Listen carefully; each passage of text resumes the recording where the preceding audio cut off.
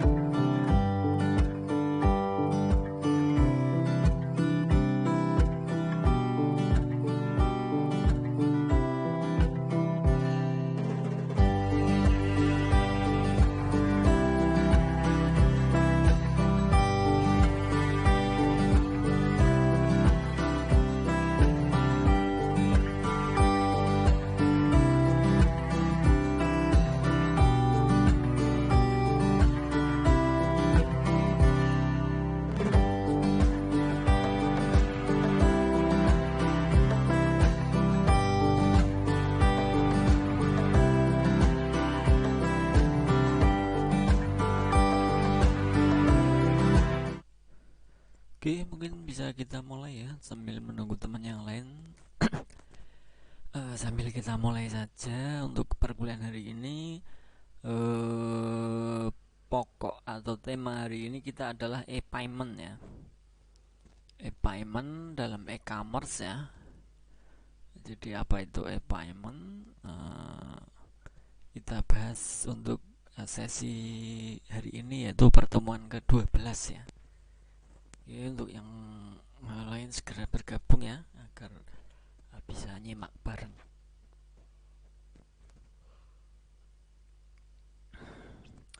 Jadi pembahasannya nanti adalah pengertian e-payment apa, kemudian sistem pembayarannya bagaimana, kemudian untuk keamanan untuk e-payment sendiri itu bagaimana, nanti bisa kita simak bareng-bareng, kita bahas bareng-bareng ya. Kita mulai saja mungkin. Untuk hari ini pembahasan kita adalah e-payment. Kita ke pengertian dulu. E-payment adalah suatu sistem menyediakan alat-alat untuk pembayaran jasa atau barang-barang yang dilakukan di internet ya. Nah, di dalam membandingkan dengan sistem pembayaran konvensional, pelanggan mengirimkan semua data terkait dengan pembayaran kepada pedagang yang dilakukan di internet, dan tidak ada interaksi eksternal lebih lanjut antara pedagang dan pelanggan. Jadi mungkin di antara kalian pastinya sudah banyak yang menggunakan e-payment atau pembayaran jual beli misalkan di internet, itu ada e-payment ya. Selain dengan transfer ataupun dengan server lain, misalkan pembayaran menggunakan biasanya ada Alfamart dan Indomaret dan lain sebagainya ya. Nah, untuk sistem pembayarannya terdapat beberapa sistem pembayaran payment system. Ada micro payment, e-wallet. Ini mungkin kalian sudah pernah ya menggunakan e-wallet. Ada e-cash, digital cash, credit card, smart card, electronic bill percent and payment ya. Jadi kalau kalian juga yang ada yang pernah menggunakan credit card ya, misalkan untuk pembayaran suatu pembelian ataupun pemesanan, nah itu bisa ya menggunakan credit card.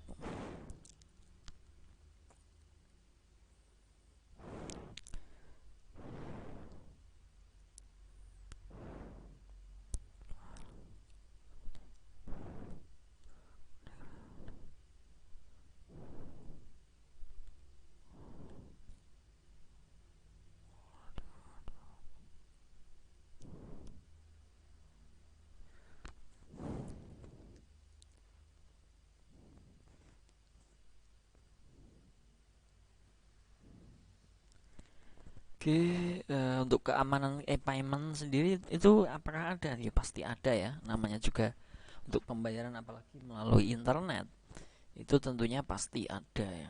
Nah, untuk menjaga keamanan pembayarannya itu ada yang pertama ada Public Key Infrastructure atau PKI ya. Ini mohon maaf bukan PKI yang itu ya. Ini hanya untuk keamanan dari untuk e-payment sendiri ya. Jadi Public Key Infrastructure. Kemudian ada Public Key Inskripsi. Nah, jadi ada enkripsinya sebelum melakukan pembayaran dan lain sebagainya tentunya pasti ada ya untuk enkripsinya karena dilakukan dengan dua apa namanya dua orang ya, misalkan dari pembeli dan penjual itu pasti ada public key encryption-nya. Kemudian ada digital signature, sertifikat digital secure circuit layer atau SSL. Ini biasa yang pada saat kita menggunakan transaksi internet ya, seperti halnya internet banking yang kemarin saya sudah terangkan. Kemudian transport layer security, security electronic transaction. Nah, ini adalah beberapa untuk menjaga keamanan dalam pembayaran e-payment ya. Jadi untuk apa namanya dari sekian untuk macam-macam keamanan pembayaran ini nanti kita bahas ya satu persatu. Apa itu public key infrastructure, kita lihat public key infrastructure atau PKI. E-payment secara khas modelnya tipikal seperti sistem public key infrastructure. Suatu public key infrastructure memungkinkan para pemakai yang pada dasarnya tidak aman di dalam jaringan publik seperti internet, maka dengan public key infrastructure akan merasa aman dan secara pribadi menekuk uang dan data melalui penggunaan suatu publiknya. Nah, infrastruktur key publik menyediakan suatu sertifikat digital yang dapat mengidentifikasi perorangan atau suatu direktori jasa dan organisasi yang dapat menyimpan dan manakala diperlukan untuk menarik kembali sertifikat tersebut. Jadi kita tidak perlu khawatir untuk melakukan pembayaran ya, karena sudah ada sertifikatnya juga bahwa itu adalah aman dalam melakukan transaksi untuk pembayaran misalnya. Kalau sudah ada public key infrastrukturnya itu sudah dijamin amannya.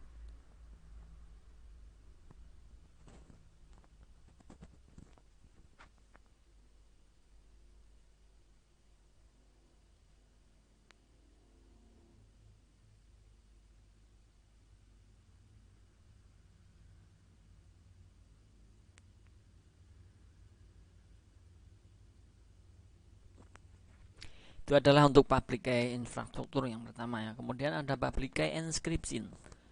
Nah, suatu proses pengkodean data mentah menjadi data yang tersamar yang dikirim oleh pengirim yang sudah dapat disampaikan oleh penerima dengan aman teknik pemetaan tertentu. Kriteria keamanan yang diperlukan dalam kriptografi adalah kerahasiaan, confidentiality, authenticity, integritas, kemudian tidak dapat dipangkal. Nah, jenis kriptografi yang paling umum digunakan adalah algoritma simetris atau simetris algoritma. Jadi untuk enkripsi di sini ya, kalian tentunya sudah pernah dapat ya untuk logika algoritma ya, mungkin ya. Jadi di sana itu ada yang namanya enkripsi. Nah, enkripsi itu pada saat tidak hanya untuk keamanan dalam e-payment saja, tapi pada saat kita mengirim sebuah chat, misalkan katakan sebagai contoh di WhatsApp ya, saat kalian mau mengirim ke teman kalian, nah di situ ada enkripsinya. Jadi tidak ada pihak ketiga. Jadi antara kalian dengan yang akan dikirim, nah itulah ada yang hanya bisa melihat atau bisa membaca dari pesannya ya. Jadi pihak ketiga dari WhatsApp sendiri itu tidak bisa. Kenapa? Karena sudah ada enkripsinya.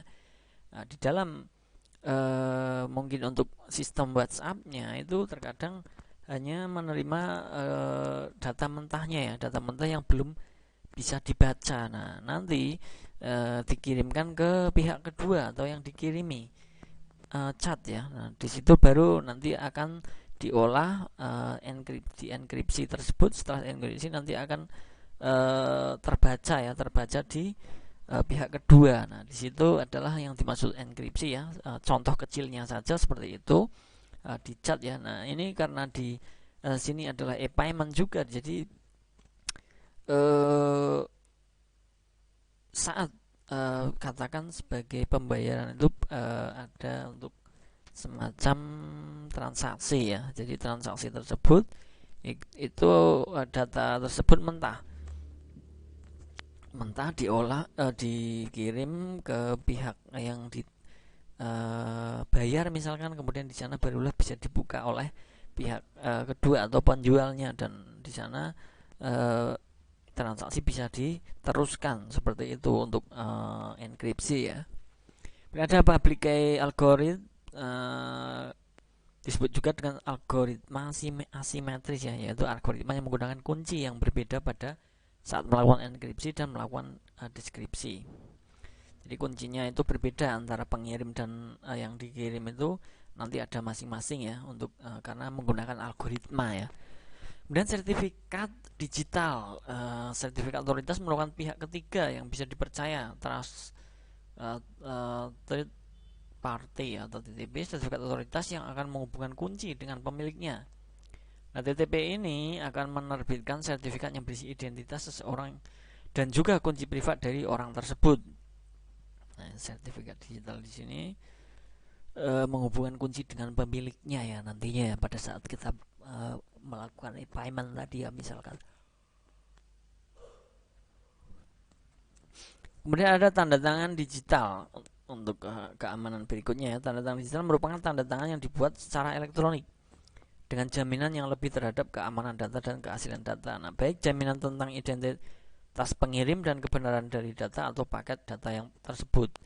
Pembuatan tanda tangan digital dengan menggunakan algoritma kunci publik, banyak metode yang bisa digunakan, diantaranya adalah RSA yang menggunakan kunci privat atau kunci publik untuk melakukan enkripsi ya.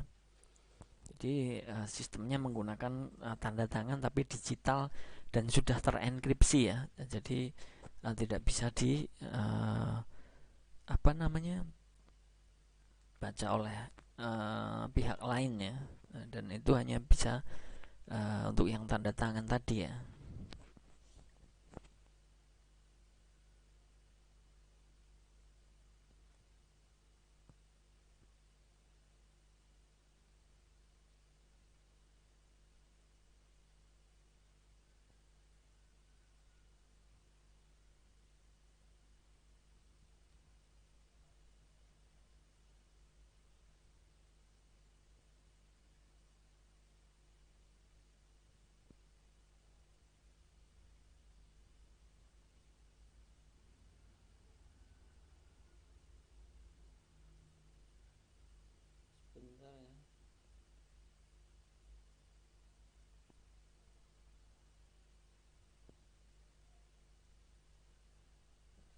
Oke, untuk yang berikutnya ya, secure socket layer.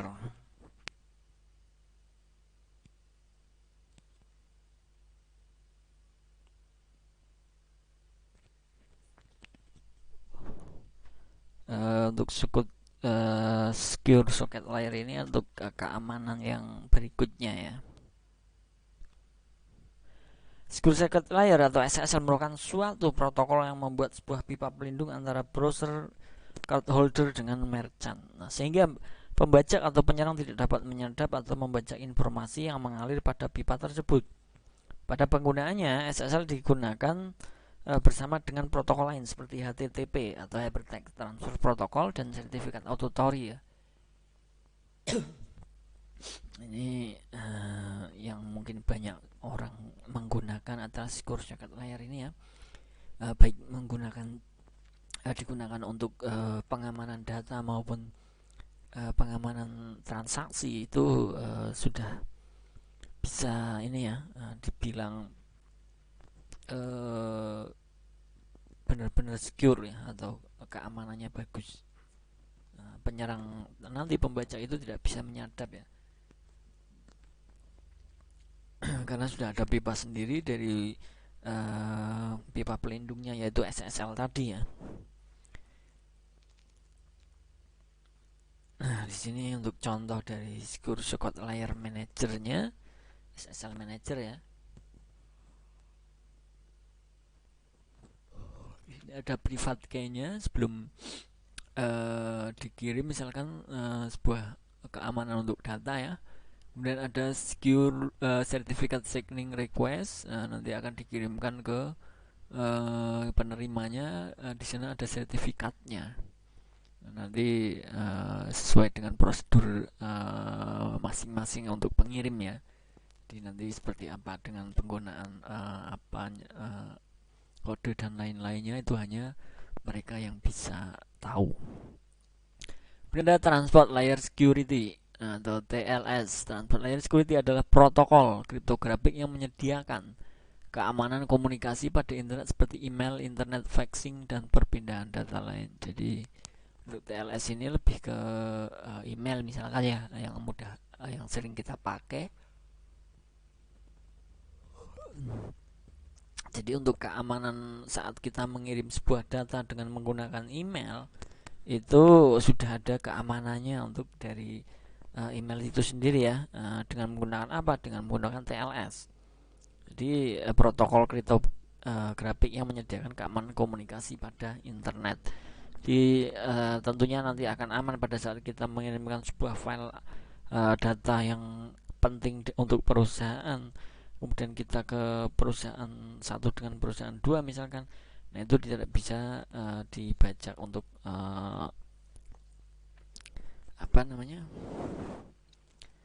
dari pihak lain ya. Jadi hanya dua pihak saja antara pengirim dan penerima yang bisa untuk membaca atau membuka file data tersebut ya. Dengan sama halnya ya, namanya juga keamanan itu ada untuk seperti halnya tadi yang lain ya. Itu hanya mungkin dengan menggunakan pengkodean dan lain sebagainya. Itu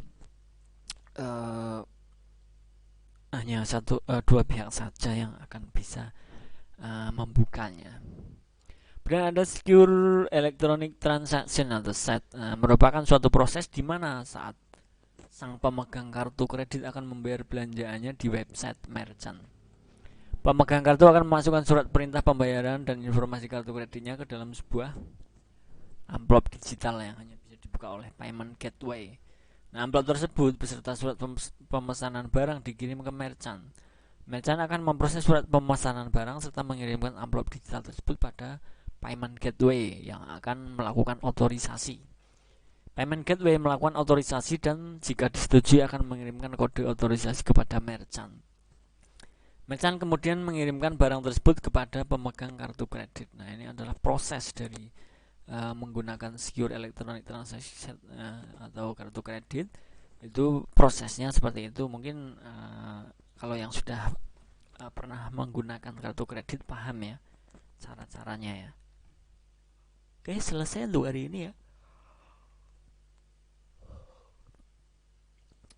Saya rasa cukup ya untuk hari ini mengenai untuk e-payment. Sudah saya jelaskan. Untuk lebih lanjutnya nanti misal kalian masih penasaran untuk lebih dalam dari e-payment itu sendiri, silakan ditambahkan kalian masing-masing ya, tidak apa-apa.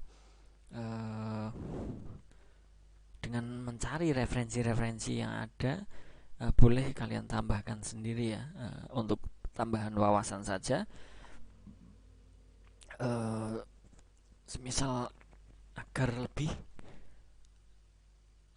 paham ya, lebih dalamnya untuk e-payment itu sebenarnya seperti apa. Saya hanya menyampaikan poin-poinnya saja untuk yang saya sampaikan untuk perkuliahan ini ya. Tugas kalian adalah pengembangan sendiri ya, pengembangan sendiri mengenai e-payment itu bisa kalian tambahkan dengan referensi-referensi terkait mengenai e-payment. Banyak ya. Jadi kalian tentunya bisa lebih tahu atau lebih berkembang untuk materi yang saya sampaikan ya. Yang saya sampaikan ditambahkan dengan referensi-referensi terkait. Oke, silahkan kalau ada yang dipertanyakan ya, sambil saya untuk share materi hari ini ya. Untuk materi hari ini e-commerce ya, e-commerce nanti ya saya share setelah perkuliahan ini selesai ya, atau mungkin sambil saya share, mungkin kalau ada yang dipertanyakan silahkan sambil saya share untuk materinya.